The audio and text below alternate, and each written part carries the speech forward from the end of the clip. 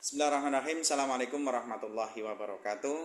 Saya Sugeng Riyadi, nomor induk 224-1070, mahasiswa Pasca Sarjana Institut Agama Islam Nahdlatul Ulama Kebumen, akan mempresentasikan sebuah makalah yang berjudul Tarbiyah Fikriyah, Perspektif Filsafat Pendidikan Islam, dengan dosen pengampu Bapak Dr. Haji Bahrul Ilmi SAGM Hum. Sebagai pengantar kami sebelum memasuki pembahasan makalah, kami sampaikan bahwa pendidikan dalam Islam secara umum dikenal dengan sebutan tarbiyah. Adapun tujuannya adalah mengantarkan potensi manusia pada aspek pengetahuan, keterampilan, dan sosial. Potensi manusia, potensi dasar manusia sendiri itu ada 6, yaitu akal atau pemikiran, ruh, hati, fitrah, nafsu, dan jasad. Kemudian dasar pemikiran, kami mengambil kajian filsafat pendidikan Islam dari tarbiyah filsafat, tarbiyah fikriyah, persepsi filsafat pendidikan Islam ini, karena kajian ini saya pikir cukup menarik. Yang pertama, karena potensi akal menduduki peran yang sangat dominan pada manusia.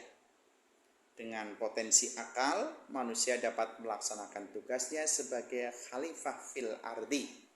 Begitu juga akal yang sempurna dan yang terkonsep secara baik, manusia dapat mengkonsep, mencipta, mengembangkan berbagai ilmu pengetahuan dan teknologi. Namun di sisi lain, manusia memiliki tingkat subjektivitas yang tinggi sehingga dapat mengarah kepada kesalahan atau kebenaran.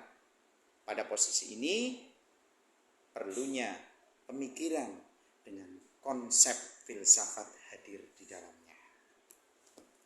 Dari gambaran tadi kami menuliskan sebuah permasalahan, apa pengertian tarbiyah fikriyah? Kemudian apa yang dimaksud dengan filsafat pendidikan Islam, dan bagaimana tarbiyah fikriyah dalam perspektif pendidikan Islam. Pengertian tarbiyah fikriyah kami awali dari pengertian tarbiyah itu sendiri, di mana tarbiyah berasal dari kata bahasa Arab. Yang pertama, roba yurabbi tarbiyah, yang memiliki makna tambah atau zat dan berkembang atau nama. Pengertian ini juga didasarkan pada surat Ar-Rum ayat 39. Maksudnya pendidikan atau tarbiyah ini merupakan proses menumbuhkan dan mengembangkan apa yang ada pada diri peserta didik, baik secara fisik, psikis, maupun sosial dan spiritualnya. Kemudian tarbiyah juga bisa bermakna tumbuh atau nasya'a, yang menjadi besar atau dewasa, yang artinya pendidikan atau tarbiyah merupakan usaha yang menumbuhkan dan mendewasakan peserta didik baik secara psikis, fisik, sosial maupun spiritual. Kemudian tarbiyah juga bisa bermakna atau berasal dari kata roba yurabbi tarbiyah, yang memiliki makna memperbaiki atau aslaha, menguasai urusan, memelihara dan merawat. Sedangkan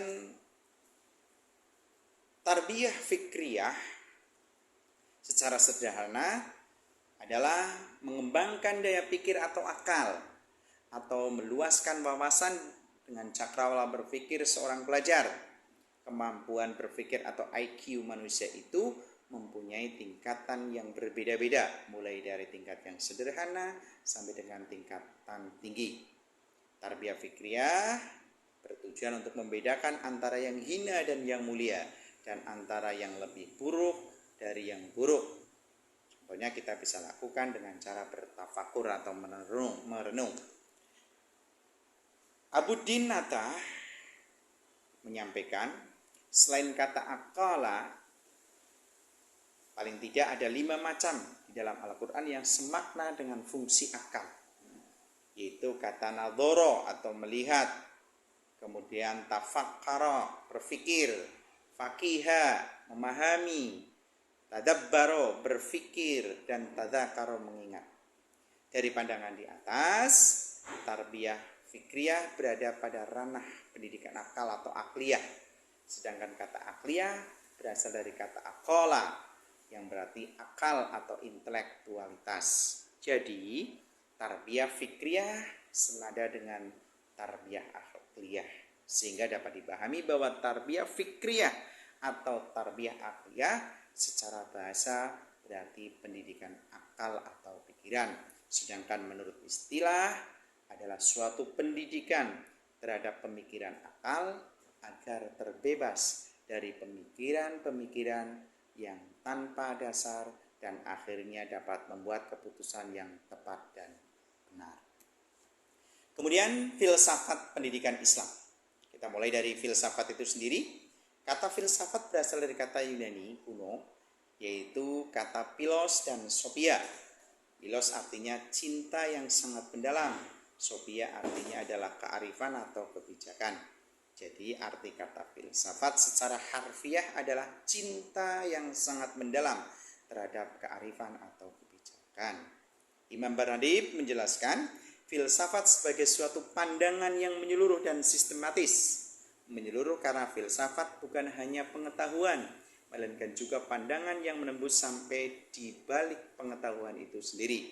Dengan pandangan yang lebih terbuka ini, hubungan dan pertalian antara semua unsur yang mengarah perhatian dan kedalaman mengenai kebijakan dimungkinkan untuk dapat ditemukan. Sistematis karena filsafat menggunakan cara berpikir sadar, teliti, dan teratur sesuai dengan hukum-hukum yang ada. Filsafat adalah ilmu pengetahuan yang komprehensif, yang berusaha memahami persoalan-persoalan yang timbul dan di dalam keseluruhan ruang lingkup pengalaman manusia dan menggunakan cara berpikir yang teliti, sistematis, dan bijaksana. Filsafat pendidikan Islam itu sendiri di sini disampaikan oleh beberapa tokoh, diantaranya adalah Umar Muhammad At-Taumi Ash-Shibani menyatakan bahwa filsafat pendidikan Islam tidak lain adalah pelaksanaan pandangan filsafat dan kaidah filsafat dalam bidang pendidikan yang didasarkan pada ajaran Islam. Senada dengan itu, Suhairini juga menjelaskan bahwa filsafat pendidikan Islam adalah tentang pandangan filosofis dan sistem serta aliran filsafat dalam Islam terhadap masalah-masalah pendidikan dan bagaimana pengaruhnya terhadap pertumbuhan dan perkembangan manusia muslim dan umat Islam. Dari dua pendapat di atas dapat diambil sebuah pemahaman bahwa filsafat Islam adalah sebuah aktivitas berpikir secara menyeluruh dan mendalam dalam rangka merumuskan konsep penyelenggaraan pendidikan Islam dan mengatasi berbagai problematika yang terjadi dalam pendidikan Islam dan mengkaji kandungan makna dan nilai-nilai Al-Quran dalam Al-Hadis serta mengungkap berbagai kajian pemikiran Islam berbasis Al-Quran dan Hadis. Tarbiyah fikriyah dalam perspektif filsafat Islam. Pendidikan menempati posisi terpenting dalam hidup manusia. Sedangkan unsur terpenting dalam penyampaian ilmu dan proses pendidikan adalah akal. Bahkan dalam Al-Quran ditegaskan bahwa manusia itu diciptakan dalam sebaik-baiknya bentuk atau ahsani takwim. Karena disinilah letak perbedaan antara manusia dengan makhluk yang lain, yaitu pada akal atau pikiran. Tarbiyah akliyah berarti adalah pendidikan akal atau pikiran. Menurut Abu Din Nata, kata akliyah paling tidak ada 5 macam di dalam Al-Quran yang telah disebutkan, yaitu naboro, tafakaro, faqiha, tadabaro, dan tadakaro. Pendidikan akal dapat diterapkan pada peserta didik sejak dini. Bentuk-bentuk dari pendidikan akal itu bisa berupa pengetahuan, komprehensin, aplikasi, analisa, sintesa, dan evaluasi. Dengan demikian, konsep tarbiyah akliyah atau fikriyah adalah suatu konsep pendidikan akal untuk berpikir benar agar terbebas dari pikiran yang tanpa dasar sehingga mampu membuat keputusan yang tepat dan benar. Jadi, filsafat pendidikan Islam memandang penting pendidikan akal atau pikiran. Proses pendidikan akal atau pikiran yang baik akan menghasilkan sebuah pemikiran yang terarah, mendalam, kritis, dan bijaksana, sehingga menghasilkan berbagai ilmu pengetahuan yang bermanfaat bagi orang lain.